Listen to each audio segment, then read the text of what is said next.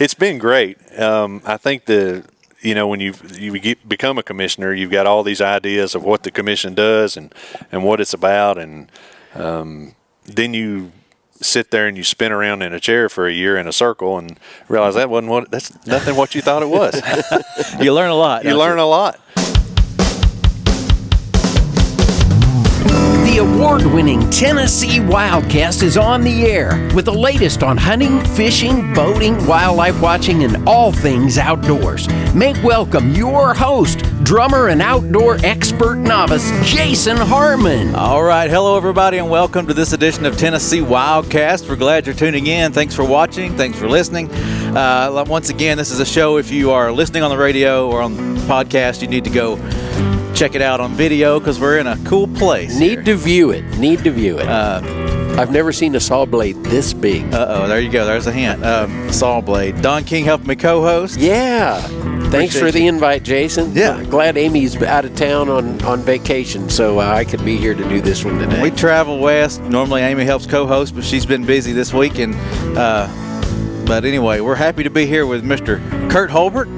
And glad to be here. A commissioner, the owner of this establishment, and we're going to learn a little bit about him today. Yeah, about his life outside of the outdoors. Yeah. So it's going to be fun. He's rolling off the commission, so we'll touch on a little bit of that today. Okay. But it's been a great time having him as chairman and as a commissioner. So 2 years in a row. Yeah. So that's something special. Sure is. But it's gonna I don't know if I'd recommend it to anyone. Might be ready for a break. Absolutely. Oh, man. Well, Kurt, we appreciate you having us here and inviting us in. And this is a pretty cool operation we have here. Now, we'll get talking about that soon, but just introduce yourself. Tell us who you are and what you do and that kind of thing. Introduce your family. Introduce my family. Well, I'm Kurt Holbert. Born and raised in little old Decatur County in West Tennessee. And have stayed there my whole life. The business here is in Henderson County. Okay. But it's just not far from Decatur County. So we're all local, everything we do, and this is it. What you see, and it's a little bigger operation. But my family, I'm married to Melanie. We're high school sweethearts. All right. Started dating when I was 14. Wow. Yep, she was 15. Well, she was 16. She's older than me. But anyway, she could drive, so she would have to come get me, believe it or not, or my parents would have to take me to their house. So, but anyway, got married and have two great kids. Jackson, who is 18, is a freshman at University of North Alabama. He went there all because of fishing, and he'll tell you that. Oh, yeah. That's They've got a heck of a team there, from what I understand. That's the reason he went. We'll dive into some of that, too. Yeah. My daughter, Lainey, is 13, and she's also big into fishing, but and basketball and everything else. And that she sings the national anthem like you won't believe. Sings the national anthem at a few commission meetings, at least one. Maybe we can get her to sing at the finale. I think that'd be appropriate. So. Yeah. I think that'd be great. So, yeah, awesome. So, beautiful family. It's been fun getting to know them, coming to some of the meetings and things, and so that's awesome. They've enjoyed that opportunity as well, I can assure you. Mm-hmm. Yep. Your wife sings really well, too. She does. She sang a few tunes. That's right. I forgot you have heard her sing. Lainey definitely has her mother's voice, to say the least. Melanie actually sung to me at our wedding, and that's probably the best thing ever. So, but anyway, it was really special. So that's cool. She doesn't sing to me anymore. I don't know what happened. Well, did you grow up in the outdoors? I know becoming a commissioner and being in that life, that's the outdoors, it's all about the outdoors. Did you grow up hunting and fishing? I did. My dad started me out at a very early age. I can't remember a time in my life that I wasn't. I started out squirrel hunting. Yeah. That was the first thing. And, of course, fishing as long as I can remember. Sure. But squirrel hunting was the first, and then came dove hunting, and then, of course, deer hunting. Deer hunting was his passion. He did those other things just to be able to do something with me. Yeah. So deer hunting was his passion, but just can't remember a time that wasn't a part of my life. Yeah. I think that happens for a lot of people, especially those that work for the agency or in that field, right. around the agency or become a commissioner. It's been a part of their life for a long time. Yes, it definitely has. So what's your favorite thing to do outdoors? I'm still a big deer hunter. Yeah. I love to hunt other thing, I love to turkey hunt. I love to duck hunt on a good day. But killing a big buck is just still my passion. I'd still rather do that as any other kind of hunting. Have you done that? I have. Okay. I've done that a few What's times. your personal best? I don't know if I've heard this story. Well, no, my kids have all killed bigger than me, so I don't know if I want to talk about my personal best. So. But in the 150s, I've killed several in the 150s, and I like to hunt Tennessee. I do hunt out of state some, but I like to kill big deer in my home state. Yeah, I think that's great. That's much more of an accomplishment, and I love to go on hunts. There's nothing wrong with that. Take both my kids on hunts, but By rights, I'd say you could claim the ones your kids got too, because if it weren't for you, they wouldn't have. That's for sure. Been successful, But That's you think for they sure. said that? No. No. We've got one watching us over here, but she wouldn't be on video, so I'm sure she's over there shaking her head. Oh, that's great.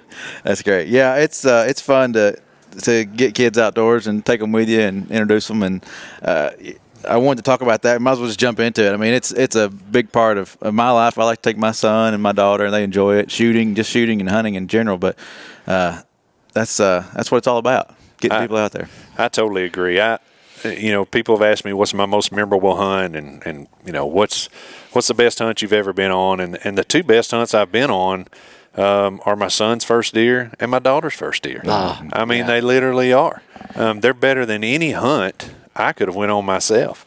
And I would even say other young people that I had an opportunity to take before my kids were born, even those first deer or the first turkey. The first turkey is just amazing. I mean, for people to get that, and the same way with my kids, it was on there when they got their first turkey as well. And it's just, those are the best hunts. Those are the hunts you never forget, and they'll never forget it either. But the opportunity to take others hunting, whether it be a kid or an adult for the first time. I had an opportunity this year to take he came to our church. He was a preacher and he was visiting, but he was a former Marine, about 80 years old, and he wanted to kill a big deer. And I had an opportunity to carry him on our farm in Decatur County after church on Sunday. He went that Monday morning. Got the biggest deer he's ever killed in his life. Oh, wow. And it was just as good as a kid. I mean, the excitement on his face was just unreal. and introducing people to that is just, I don't know, there's just not many other feelings like that. It's just a great feeling. And the agency is full of people like that. Oh, yeah. Yeah, we're all about trying to get people out there, young and old, and just introduce them to it. First time, maybe it's not their first time, maybe it's just get them back out there. That's right. This pandemic has really done that. I think a lot of people are reintroduced to the outdoors, finding their love for that again, and getting out there. Absolutely. I know so many people that when I was younger in high school that hunted, we would hunt together, and that it just got out of it. Life takes you in a different direction. Yep. Kids take you different directions. Their kids may not like to hunt. It's got to where if you play sports, it's hard to do both because it's a full-time thing now. And it wasn't like when we were kids and your parents let you play Little League. That was it. You couldn't play soccer because that took up too much time. But anyway. Yeah. Right. But all that went away, and folks got to reconnect with the outdoors.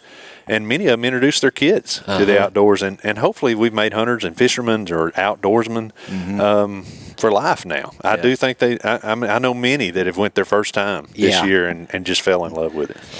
Yeah, as far as, and we've mentioned this before on the show too, but license sales this year have just really done well, Absolutely. And especially with new folks that have never purchased a license before, which are that's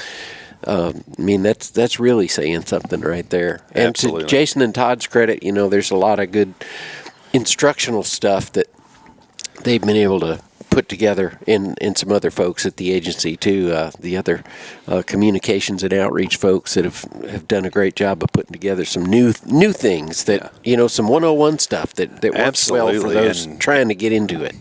Absolutely, and if folks aren't watching those, they're missing something. Because I have people all the time that please do another one of these. They don't realize they can go back and watch it, but they love this one-on-one that they can watch on Facebook Live or just whatever it may be on. But they fell in love with it, and I think you're going to have to keep doing it, Jason. The virtual courses and things. Yes, the virtual courses. It's been some great stuff, whether it be hunting related, cutting up your own venison, or trapping related.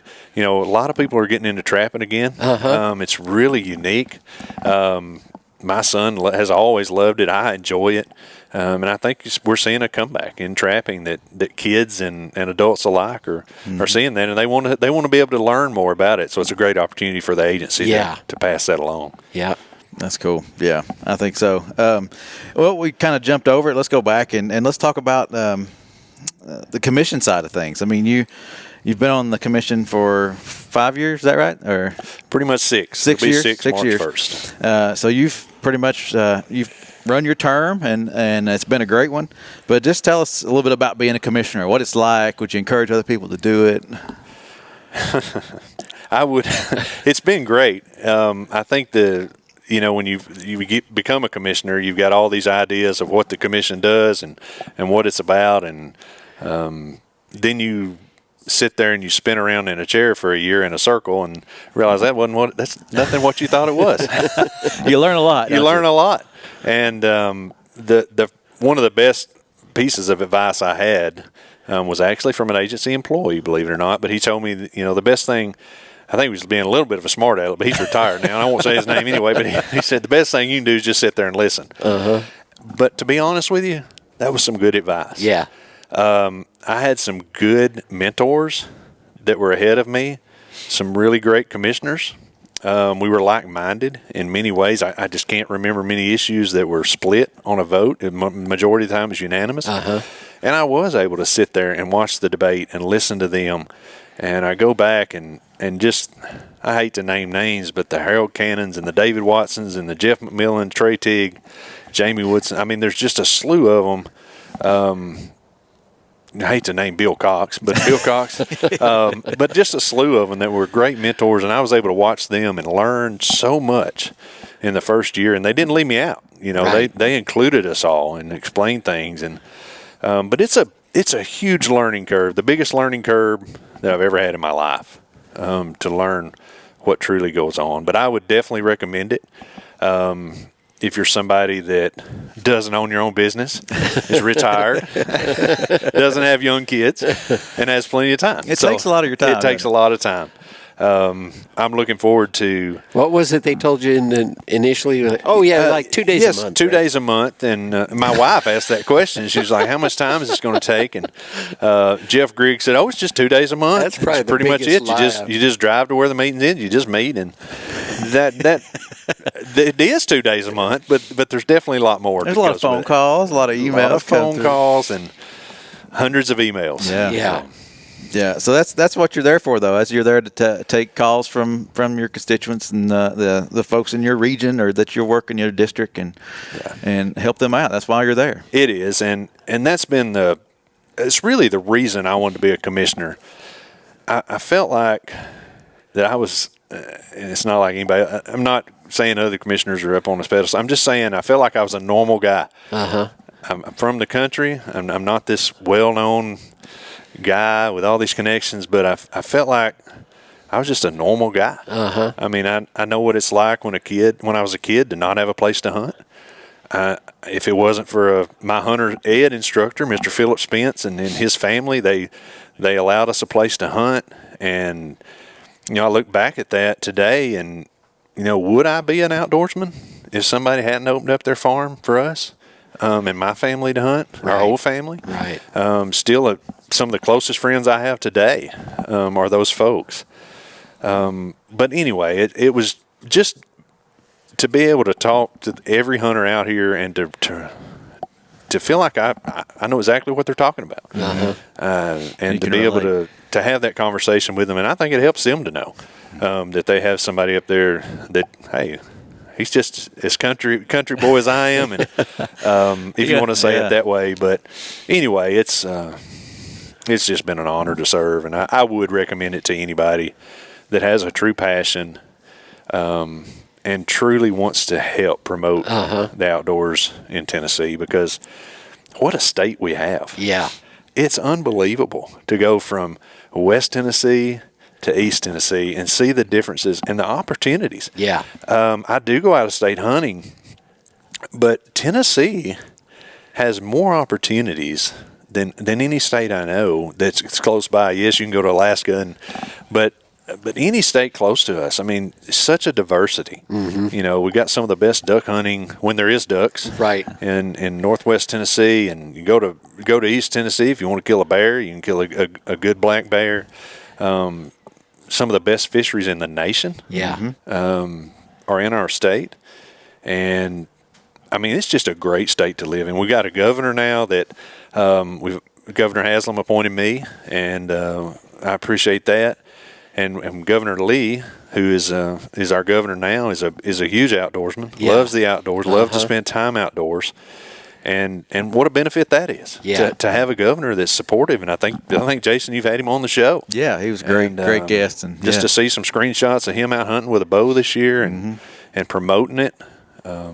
He's just a great guy, and it's good to have a governor on board with the outdoors and promoting the outdoors, and what outdoors can do for the rural economy in our state is really unbelievable when you figure the factor in, and what TWRA can do to help promote that. Especially some of these smaller communities that's their life, hunting and fishing, and absolutely brings more people to those areas and boosts those economies. Absolutely. The one draw we have in Decatur County is Kentucky Lake. We call it Tennessee River, but anyway, it's Kentucky Lake, and that's our one drawing card, whether it be fishing or recreation. That's our one drawing card, and that's all we have to play our cards on, and that's what we're trying to promote is fishing and the outdoor world, whether it be recreation or hunting.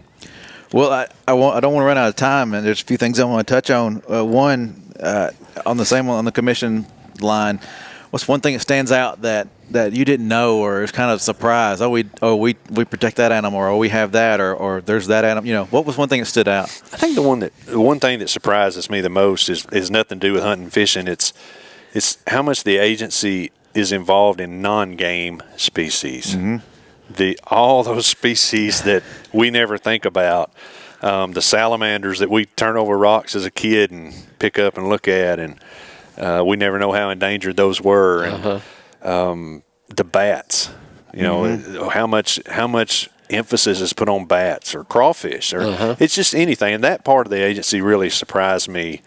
It's a part that I really didn't know existed. Right. To be honest with you, that we were responsible for that part. Yep. And it's a huge part of our ecosystem. It's It a very really is. important part. Yeah.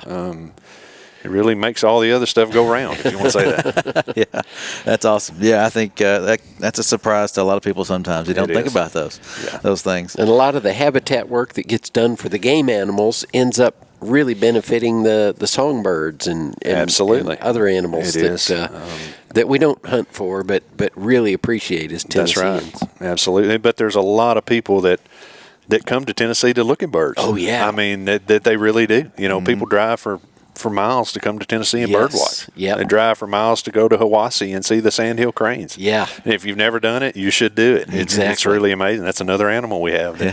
It's awesome. So. Yeah.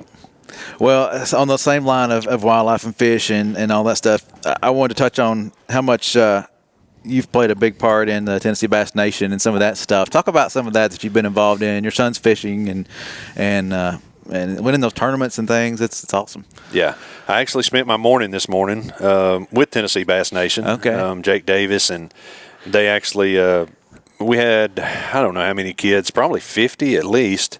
And we had two of our fisheries guys come down to help, and they left here this morning. We provided the stakes, the fish habitat stakes. Oh, so you saw them? We did it right this, here. only a lot longer, right? Yes, we did. Okay, all right. So we provided those, and they left here with about 12,000 of them this morning. And I dare say they put out most of those today. Oh, yeah. And it was amazing seeing those kids who love to fish, but had never had the opportunity to be in that part of it. And it makes you appreciate it so much more, to put a little effort into giving those fish some habitat and to doing that. And Tennessee has the biggest high school fishing. They have more kids in high school fishing than any other state in the nation right now. And that's a lot of tributes to bass and Tennessee Bass Nation, but it's also a tribute to our fisheries. Yeah. I actually can give more credit to them, because if the fisheries weren't here, we wouldn't have kids that want to fish. But been a great opportunity for both my kids. My son's fishing in college now, and my daughter's still fishing. She's fishing middle school, and just loves it. That's great. That's great. Yeah. That's an opportunity. You mentioned college. That's an opportunity for scholarships. It is. I mean, you think about the big ball sports or, football, basketball, baseball, those bring in the scholarships, but there's a lot out there for those who like to fish. Absolutely. There's many schools, and he chose a school in Alabama, but there are many schools in Tennessee. Oh, man. I know it. There's many schools in Tennessee that offer scholarships for it, and it's exciting. Yeah. I think it's cool. It's a sport. It's being outdoors. It's a fun that you can just have fun with. You don't Absolutely. have to compete with it. And even if you win or lose, you're still having fun catching Absolutely. fish. It's the fastest growing sport in the nation right now. Yeah. So it's very interesting. A lifelong activity, too. It's kind of like golf. Yeah. Yes. Yeah, exactly. Except for not near as frustrating. Yeah. Well, maybe it is. It's pretty frustrating at times, especially if you're the boat captain and I take that back. And your crew's not catching any fish, and you're kind of responsible for trying to put them on to a good place. Right. Yeah, it can get pretty frustrating. So, well, if somebody wanted to get involved in that, how would you encourage them to do that? it's very easy. It is so easy. You don't even have to have a school sponsor. If your high school or middle school doesn't want to, take that responsibility on, then you can just join Bass yourself and call yourself the whatever you want to call yourself. I'm trying to think of something you guys could call yourself, but I can't say any of that. So. Okay. The Two Drummer Boys or something. I don't know. But if you want to call yourself the Two Drummer Boys fishing team, then you could fish that way. But that's the neat thing about it. It's not governed by TWSAA, and anybody can do it. Doesn't matter, male, female. It just doesn't matter. Age, you got to be of age. But all you need is somebody that will carry you fishing, and that's it. That's it's cool. a great opportunity. Yeah. That reminds me of NASP. That's another opportunity that we work with, the NASP absolutely. program for folks to be able to start getting into archery shooting and that kind of thing. And SCTP is a great program to get kids out shooting, and that's an important element in all of it, too. Absolutely. It is, and that's a growing sport, too. I mean, people love it. So. Those shooters become hunters, and hopefully hunters become anglers, and just, it's great. Absolutely. It's great. Well, I'm sitting here looking at these, and it's hard not to pick a pair up and play a little tune. But tell me about this part of your sawmill. I think this is so cool. It's a neat part, and a lot of people don't know. A lot of people drive by here every day and don't know, our main focus. Sure. But the business was started approximately 52 years ago. It's been here ever since. It started by my wife's family. It was started by her father and his first cousin. Okay. And that's how it was started. They were here for 49 years. Sold it to the younger generation. My wife and I own half, and then his children own half. So it's still the same two families that own it, and we're still doing the same thing. But that's our main focus, is to make drumstick blanks, which is just a square blank, and then of course they get turned into the real thing. Yeah. And but that's it. We make them all out of hickory. We produce several million of them a year. And but most people don't know those are made in Tennessee. It's a neat little thing. I think it's awesome. That is neat. And a lot of times when you tell people you make drumsticks, and I have truck drivers come in here and you say, "What do they do down there at that building?" I say, "Well, those are drumstick blanks or something." They look at you like, "Drumsticks? What are you talking about?" I'm like, drumstick. Turkey. And one of them did say, he's like, "You talking about a chicken?" I was like, "No, we don't saw wood and make chicken out of it." But anyway, I guess we would be millionaires. But no, I can't turn wood into a chicken. But it is amazing the looks you get when you tell people you make drumstick. Really? Yeah. And it takes them a minute and then they're like, "Oh, you're talking about a real drumstick?" Like, yeah, that's really it. So that's another building down the hill. But this mill here, what are you making here? So that's actually where the log is sawn. Okay. So the log will come into that saw, and when it gets done, we saw a board at a time, and so that saw does turn fast. Okay. Like you guys said, that's like Don said, that's the biggest saw he's ever seen. Yeah. So it does, and the agriculture industry, Farm Bureau has been an important part in my relationship with TWRA and sure. Agriculture in general, and I think that's a partnership we share. It's a delicate one because farmers are very important to our hunters. It's very important, and it's a tough balance. Deer and other animals do a whole lot of damage to crops, and we've improved that relationship greatly, and our relationship with Farm Bureau and their members is at an all-time high right now, and it's been fun being able to help that part of the industry. Yeah. Yeah. Well, thinking, you made me think of how the commission travels. We have to travel across the state. What's one of the places that you got to adventure out and see that you wouldn't have gotten to see if you hadn't been a commissioner? And you thought, wow, that's cool. I didn't know we really did that or had that, or it's neat to see this now. And I think Greenville. Greenville, Tennessee. Really? Greenville, I know Tennessee? that sounds odd. But just one of the neatest little places in the state. I love it. The old hotel that's there. Yeah. That is a classic place. Got to meet there early on, and it's close enough to Bristol that you can go up to Bristol and watch the race. We always usually have that meeting in August, so we met there and went up and watched the race at least 2 times during my commission. We'd just stay on our own time and then go up with our families and watch the race. But there's been a lot of neat places we've met. But I would have to say that's probably one of my favorites. All right. a lot of great trout fishing there in that area too. There is. You're not out there near Bristol. There's a lot of good trout fishing. There is. That's cool.